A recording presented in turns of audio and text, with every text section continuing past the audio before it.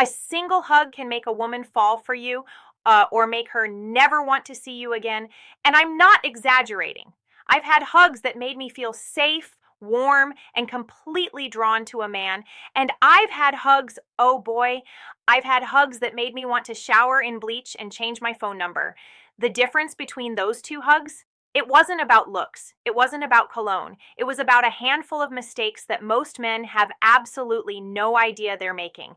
And one of those mistakes, one that I'm going to reveal later in this video, is so common and so repulsive to women that when I polled over 200 women online about it, 93% of them said it was an immediate deal breaker. 93%.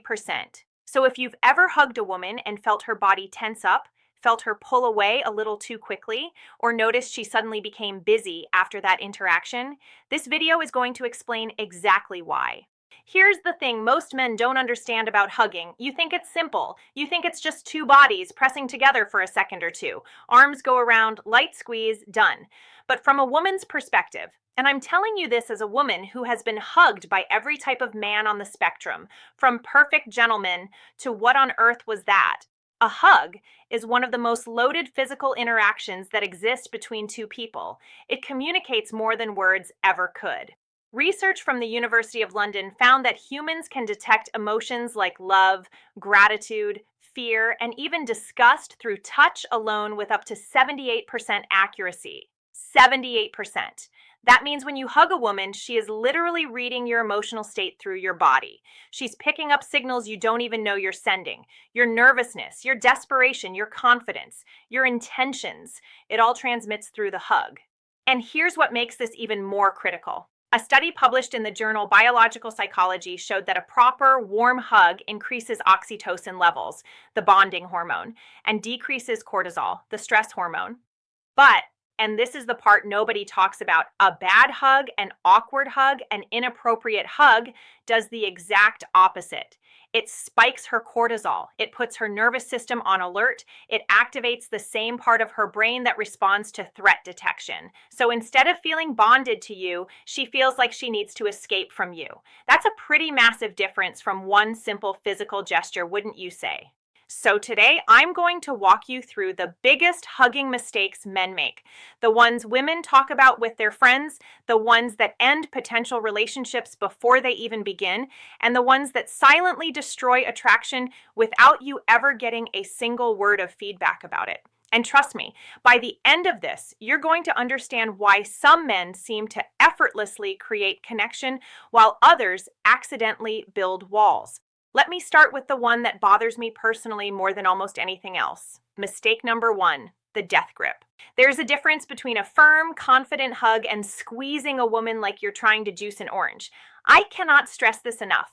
I once went on a first date with a guy, nice dinner, great conversation, real chemistry, and at the end of the night, he went in for the hug and wrapped his arms around me so tightly that I literally felt my spine pop. Not in a good way, in a should I call my chiropractor or the police kind of way. And here's the funny part. He probably thought he was being manly. He probably thought a strong hug communicates strength and protection. But what it actually communicated was a complete lack of awareness about my physical comfort. And that's a red flag, because if a man can't calibrate something as simple as hug pressure, what else is he going to be oblivious about? Women are incredibly perceptive about physical calibration. According to Dr. Deborah Tannen, a linguist at Georgetown University who has spent decades studying nonverbal communication, women process physical touch contextually, meaning we evaluate not just the touch itself, but what it implies about the person's awareness, control, and respect for boundaries. A death grip hug implies none of those things. The fix is simple. When you hug a woman, especially early on, match her pressure.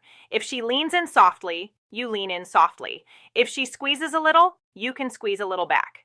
Think of it like a conversation. You wouldn't respond to someone whispering by screaming at them. Mistake number two, the premature hug. This one is sneaky because a lot of men think they're being friendly and warm, but the timing is completely off. Here's what I mean. You've just met a woman, maybe at a party, maybe through mutual friends, maybe at a networking event, and within the first 30 seconds, before any real connection has been established, you go in for a full body hug. Stop. Right there. I had a friend, let's call her Sarah, who told me about meeting a guy at a friend's birthday party. They'd been introduced literally seconds earlier. Name exchange. Quick, nice to meet you. And then immediately, arms wide open, full hug. She said it felt like being pulled into a stranger's laundry. That's the exact phrase she used. Like being pulled into a stranger's laundry. And she's not wrong, because at that point, that's essentially what it is. You're a stranger. She doesn't know your smell. She doesn't know your energy. She doesn't have any emotional context for why your body should be pressed against hers. A handshake, a wave, even a nod. All of those would have been completely fine. The hug needs to be earned, not through grand gestures, but through basic rapport. A few minutes of conversation, some shared laughter, a moment of genuine connection. That's when a hug feels natural. That's when it feels welcome. Dr. Paul Zak, who is literally known as Dr. Love for his research on oxytocin, found that oxytocin release during physical contact is significantly modulated by the level of trust already established between two people. No trust, no oxytocin, just cortisol and discomfort. So time your hugs. Read the room. Read her body language. If she's standing with crossed arms and maintaining a polite distance, that's not your cue to bridge the gap with a bear hug. Mistake number 3, the wandering hands. Oh, we need to talk about this one. And I know some of you watching already know exactly what I'm about to say. When you hug a woman, your hands should have a home. And that home is her upper back, maybe the middle of her back if you're close. That's it. Your hands are not on a field trip. They do not need to see the sights. They do not need to wander south, slide down to her lower back, or, and the fact that I even have to say this is remarkable, graze anywhere near her backside. This was actually the mistake I referenced at the beginning. The one where 93% of the women I surveyed said it was a deal breaker. And what really surprised me was that almost every single woman who responded had a story about this happening to her. Not in a nightclub at 2 a.m., during normal, everyday interactions, at work, at family gatherings, after church. The audacity of it is almost impressive if it weren't so deeply uncomfortable. There was a psychological study conducted at Aalto University in Finland where researchers mapped out body areas where people felt comfortable being touched by different categories of people: strangers, acquaintances, friends, and partners. The results were visualized in what they called touch maps, and what they showed was crystal clear. Women's comfort zones for touch from acquaintances and even friends are dramatically smaller than most men assume. The lower back and anything below it were firmly in partner-only territory for the vast majority of women. So if you're not her partner, keep your hands where they belong. Upper back, maybe shoulders, and even those should be brief, respectful, and pressure appropriate. Mistake number 4, the one-armed side hug when she wanted a real one. Now, here's where it gets interesting, because I've spent the last few minutes talking about overdoing it, and this mistake is the exact opposite. There's a moment, and women know this moment intimately, when the connection is there. The conversation has been great. The eye contact has been lingering. There's energy between you, and then the hug happens. And instead of a warm, genuine, full embrace, you give her the one-arm church camp side hug, the kind of hug you give your aunt when she smells like mothballs. The kind of hug that says, I acknowledge your existence, but I'm emotionally unavailable. This one actually stings more than the aggressive hug because it sends a message of rejection. She was open, she was ready, and you basically patted her on the shoulder like a teammate after a decent play. I spoke to a relationship coach named Kira. She's been working with couples for over 12 years, and she told me something that really stuck with me. She said, the side hug, when a full hug is warranted, communicates fear, and women don't want a man who is afraid to hold them. That hit hard because it's absolutely true. There's a time for the side hug, when you barely know someone, when you're in a professional setting, when the context calls for distance. But when the emotional moment calls for connection and you pull back, you're not being respectful, you're being avoidant, and women can feel that difference instantly. Mistake number 5, the hug that lasts way too long. All right, let me tell you about what I call the hostage hug. This is when a man hugs you and just doesn't let go. 3 seconds pass. Fine. 5 seconds pass. Okay, buddy, 7 seconds. Now I'm mentally planning my escape route. 10 seconds. I'm considering faking a medical emergency. Here's the thing. There's actually research on this. A study from Goldsmiths, University of London, found that the ideal hug duration for creating positive emotional response is approximately 5 to 10 seconds between people who have an established bond. Between acquaintances or people in the early stages of connection, the sweet spot is 3 to 5 seconds. Anything longer than that without mutual escalation, meaning she's also holding on and showing no signs of pulling away, starts to feel coercive rather than connective. The key word there is mutual. If she's melting into you, if her arms tighten, if she lets out a little sigh, okay, you can hold that moment. But if her arms go slack, if she pats your back, oh, the back pat, we'll get to that. Or if her body starts to lean away, release her immediately. Not holding on is just as important as knowing when to hold on. Mistake number 6, ignoring the back pat. Speaking of the back pat, this is one of the most universally misunderstood signals in physical communication between men and women.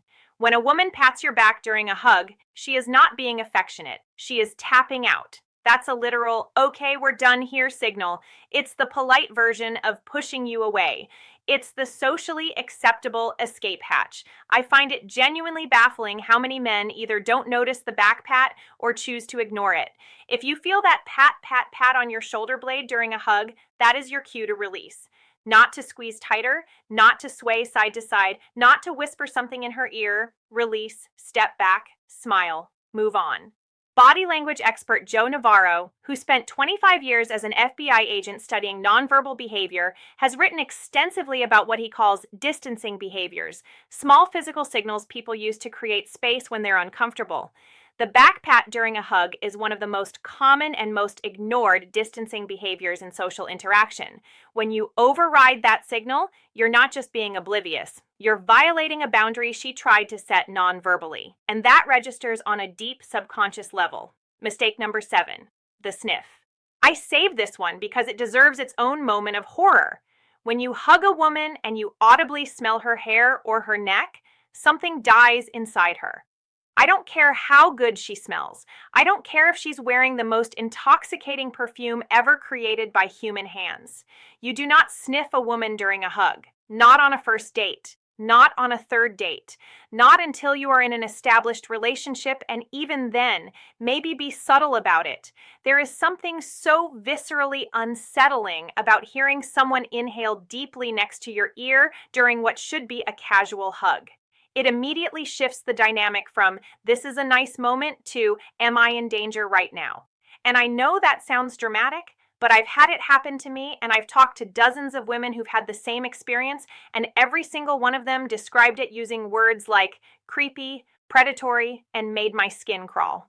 If you want to compliment how she smells, use your words. You smell amazing is a perfectly fine thing to say. After the hug, with appropriate distance, with a smile, that's charming. Burying your nose in her neck like a golden retriever investigating a treat, that's terrifying.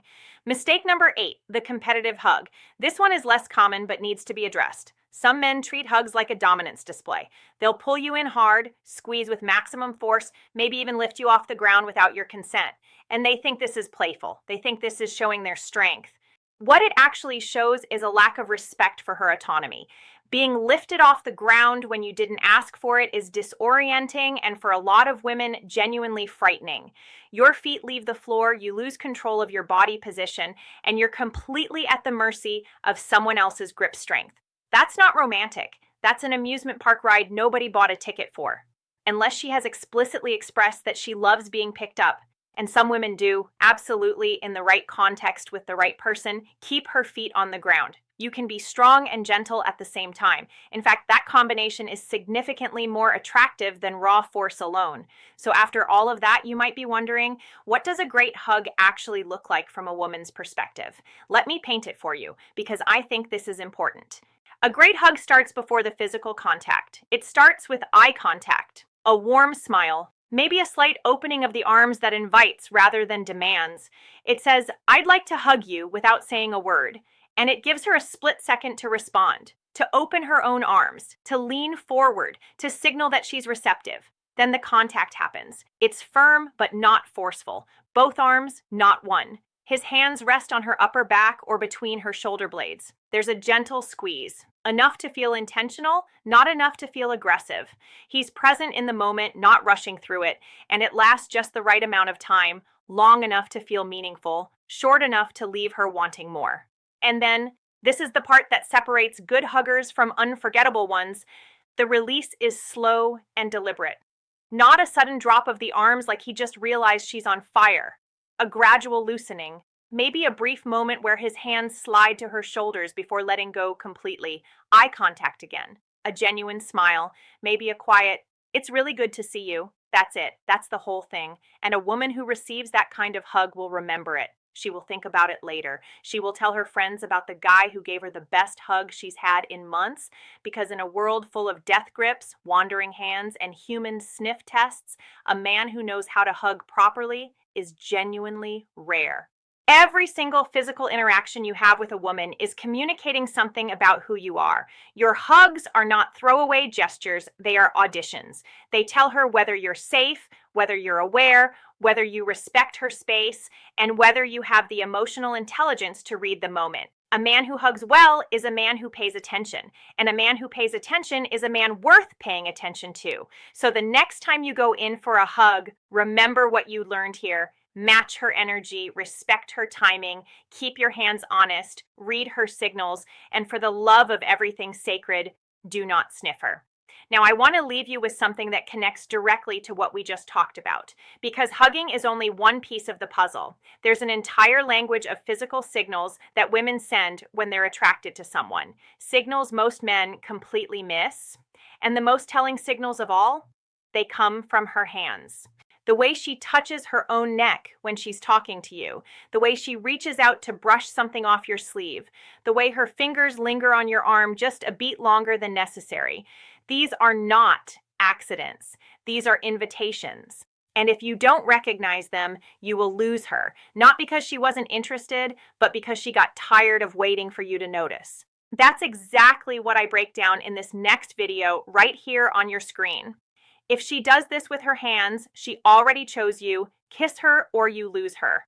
I'm not just recommending this video, I'm telling you that if you watched everything I just shared and you don't watch that one next, you're only getting half the picture. That video is the other half. It shows you exactly what to look for after the hug, after the initial contact, when she's silently telling you with her hands that she's already made her decision about you. Click it now, because what you don't know about her hand signals is costing you more than you realize.